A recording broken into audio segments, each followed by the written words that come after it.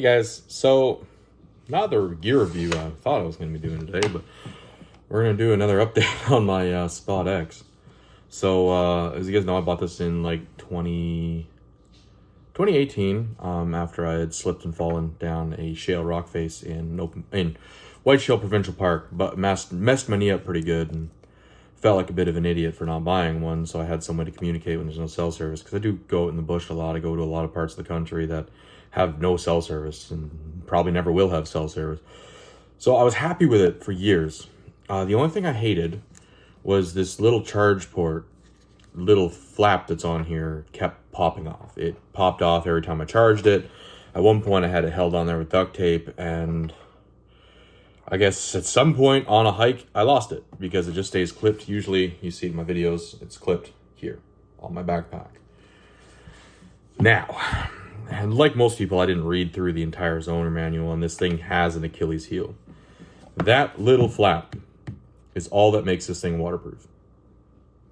That's it. So I'm going to show some video over my face of when I took it apart, but you can see around the charge port. Come on, focus.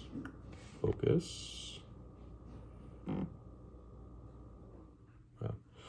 Anyways, around the charge port, they've got nothing. Literally nothing sealing that charge port against this case.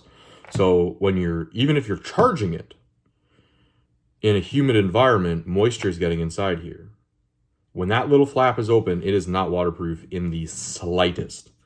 So what ended up happening was, again, because I tried not to get my electronics wet, I had it in a wet bag and we swam to shore. It was in a bucket, actually, in a wet bag.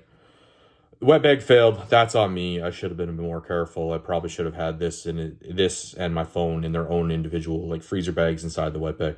Whatever. I dunked it. I'm not going to go after them and say that I didn't dunk it. But there's one line in that entire owner manual that talks about the importance of this cover. That's it. I found sand inside this thing from my hikes. Getting in the water, like when I pressed the keypad here, because I couldn't see the screen, so I just pressed the keypad, it actually poured water out the bottom. So that was disappointing. And then again, on taking it apart, I noticed that there's no seal. There's literally nothing sealing the outside edge of that charging port to the case. Every other ounce of this thing is sealed to the max. Really good O-rings, really good build quality. Everything's really solid. It's just that the charge port is open around and it's only sealed by that flap. Didn't look very hard when I lost the flap, but I looked around a little bit, seeing I couldn't really buy them. I didn't think to reach out to Spot to try getting one because I didn't think it was that big of a deal. I'm like, well, I'm not going to put it underwater. It should be sealed, you would think, because like the charge port on your phone is sealed around the edge of the charge port. So if they'd sealed this properly, this bottom piece, all that would have happened is I would have buggered up the charge port, which could have been cleaned and would have saved the satellite phone. So now I got to go spend $300 to $500 on a new satellite phone. I don't know if I'm going to go to Spot again, to be completely honest. I did have some things I didn't really like about it. I didn't like that you couldn't really make the ring notification. It was just like a slight beep that you'd miss if it was loud in the bush. I found a lot of issues with trying to get it to send and receive. It would just take absolutely forever. Maybe that's just with how remote the places I go are. But I bought it for a purpose. I bought it so I'd have a satellite communicator. So I'd have that SOS button where if I got into trouble, I could pop the cover, push the button, and help's coming. So, and think until I buy a new one, I got to limit kind of this really crazy places I end up. But no, I was disappointed enough that I'm making a video about it. The fact that they don't seal around that little charge port. Maybe they do on the new ones. I don't know. It's not a chance I'm willing to take. Maybe if you own a Gen 2, take a look with a good flashlight. You'll be able to see either an air gap or you won't be able to see inside it. Because like I said, there was sand in here. There was all kinds of corrosion.